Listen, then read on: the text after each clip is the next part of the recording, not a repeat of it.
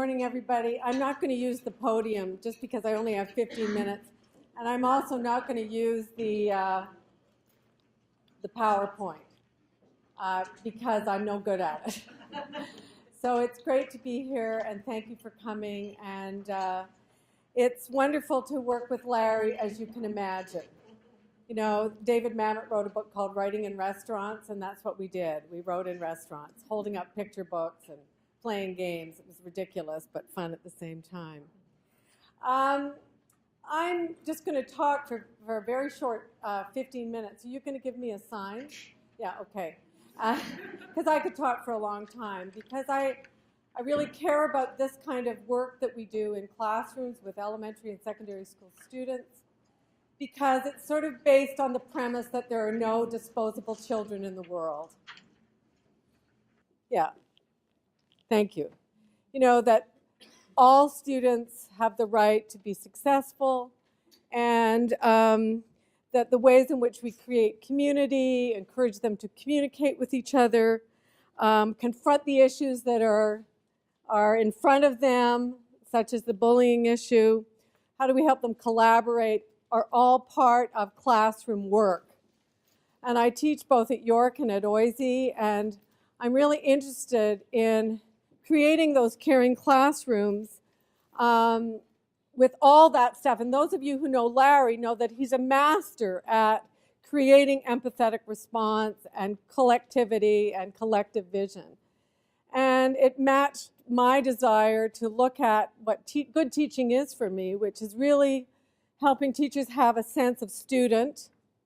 We know that good teachers are those that know who's in the room, you know, and I know you're all those people. You know who is there, sort of, who's wanting to really be there, and what you need to do to encourage their success.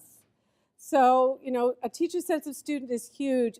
A student's sense of self is connected to that.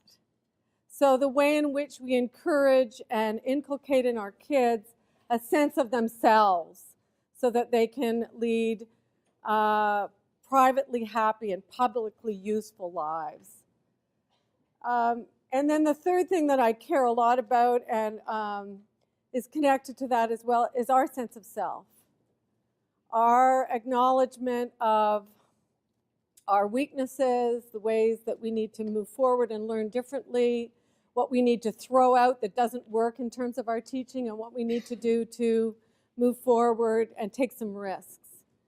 And I was invited to go and speak last week at the Ministry of Education to the superintendents, principals, and teachers from the OFIP schools, the 69 lowest performing schools in the province. And I worked with Dr. Kathy Bruce from Trent University, and when I met with these, 300 people, 300, 400 people, I said to them, you are the superstars.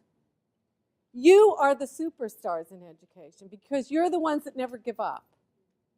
You're the ones that, despite the data and despite the test scores, are still going to be there to help kids be successful because of the way in which you talk to them, the way in which you teach them, the way in which you encourage them, the way in which you bring community into the classroom, the way in which you live your lives as teachers.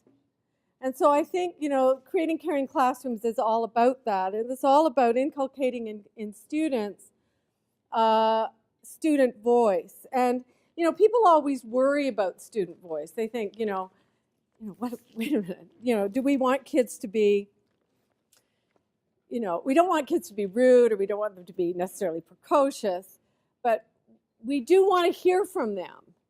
And we do want, if we're developing student-centered learning in our project-based learning classrooms, we want to hear from them. And years ago, when I was the coordinator of drama in the Toronto Board, a vice principal gave me a fantastic gift. And she said, Kathy, it's a Toronto Board of Education 1997 report card. I know I'm that old, but anyway. And she said, I want to give this to you because it just says so much about who this child is and what she wants to say about learning in school. And so here it is. Years ago, we used to give a chance for students to self-evaluate. I don't think we do that anymore on paper. But never mind, I'm not bitter. But I think this is fantastic. She says, what I think I do good in is my art and drama because it gives me a sense of control in this world of chaos. Chaos is spelt right. I just want everybody to know that. Because I think this is crucial in understanding. This child understands why she's in school and why she's learning. And that sense of efficacy, that sense of understanding why I am learning and what it is for me to be a learner is crucial to the whole idea of caring, responsible classrooms. Because we want to create a sense of belonging, yes. And we want them to have the ability to create and maintain relationships that are positive. But we also want students to have a perception and that they have a capacity for success, a sense of competency, and a need for choice so that they can develop their own autonomy. And this sense of efficacy is tied to the way in which we look after our classrooms. And it's tied also to work. So what I care about in this book with Larry is not just the soft skills, which I think are extremely important, but the work that we do in classrooms, the intellectual, academic, hard, skill-based, sometimes work. And so I was asked to actually do just a little bit of, how many more minutes do I have? Like 5. Oh, I love life. I'm just going to do just one little activity with you. I actually was going to do 2, but I'm only going to do 1. So you need to take out the Creating Caring Classroom handout.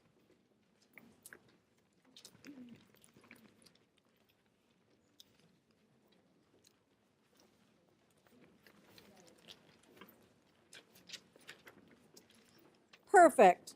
Here it is. And I want you to turn it over. Now, if I was a really good teacher, because I care about student engagement, I care about sucking kids in, what I do is I put the picture of the Obama car up on an overhead.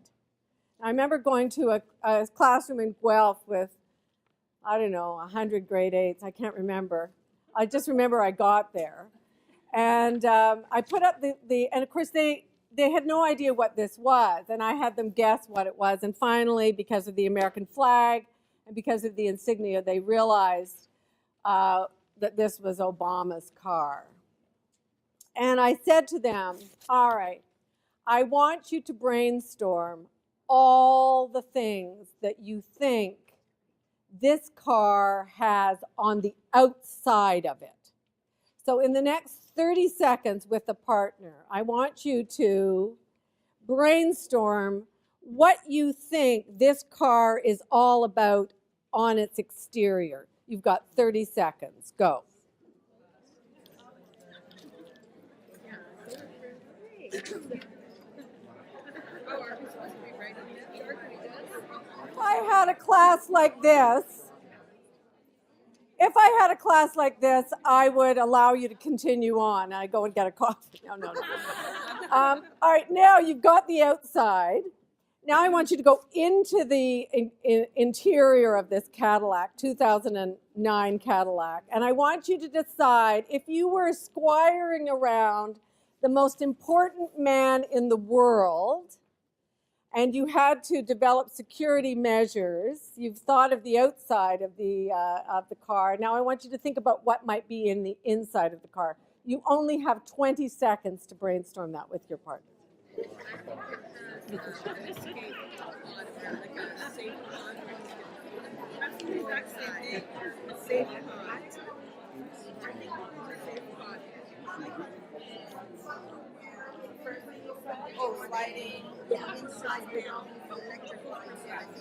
All right.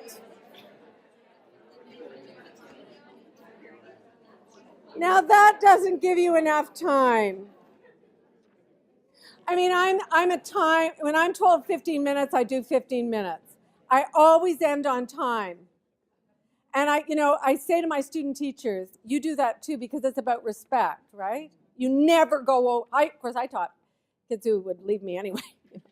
See you, miss, they'd be out the door. So it became sort of like a necessary evil to end on time because I would be alone.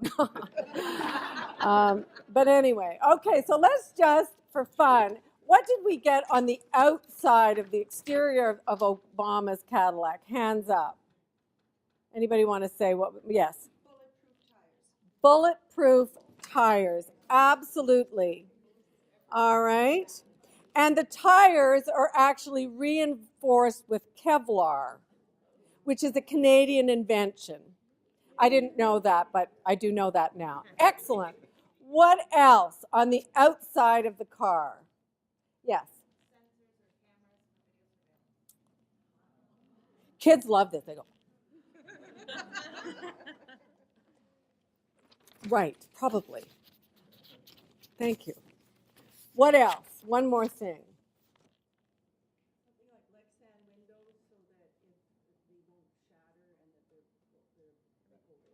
What kind of windows did you say? Lexan. We're all impressed, Colleen. We're totally impressed. All right, so we'll all look that up when we go home tonight. We'll be lying in bed at night going, I wonder what that is, All right. Okay, what's on the inside? You could do the list, I know how to teach, but anyway, I'm not teaching today. I'm running a workshop. What's on the inside, do you think, for this fantastic, yes? Right. The technology, can you? I love your body language, Yeah, I love that, like just sort of the hands going.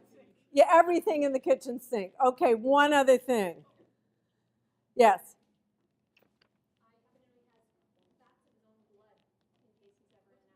Right. Now, kids don't know that. Kids do not know that. So what happens? There are bottles of the president's blood in case there is an assassination attempt or an accident. Now, you can do lists and lists and lists of the technology on the inside and the reinforced stuff on the outside. And here's the list. It's in the book. Military-grade body at least 5 inches thick.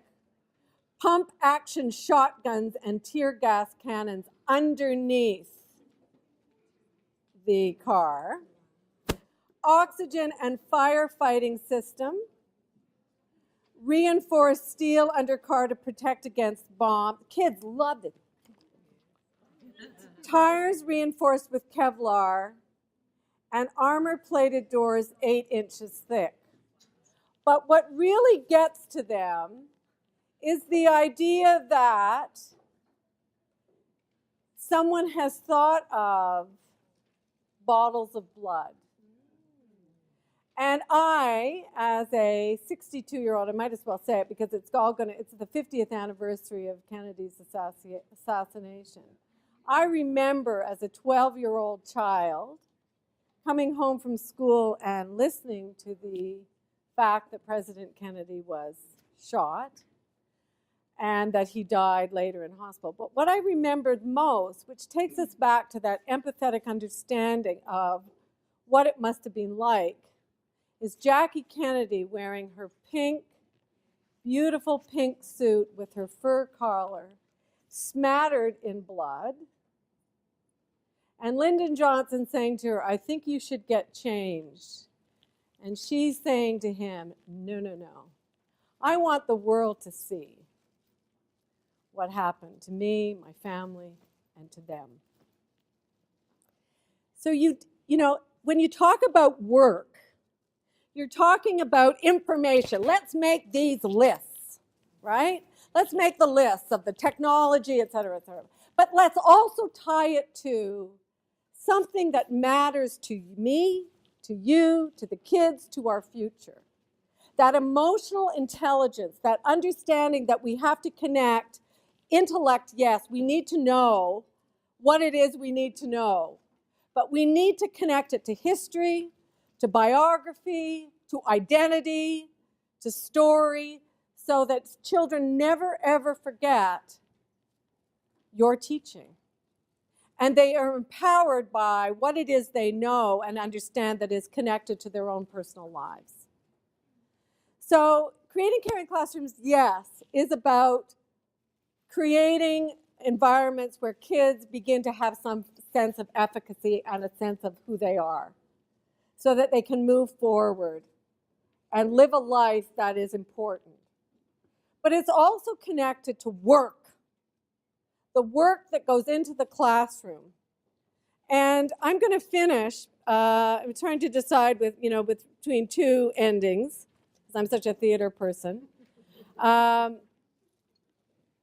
about work. So I've decided to go highly intellectual rather than a little poem where I get a laugh.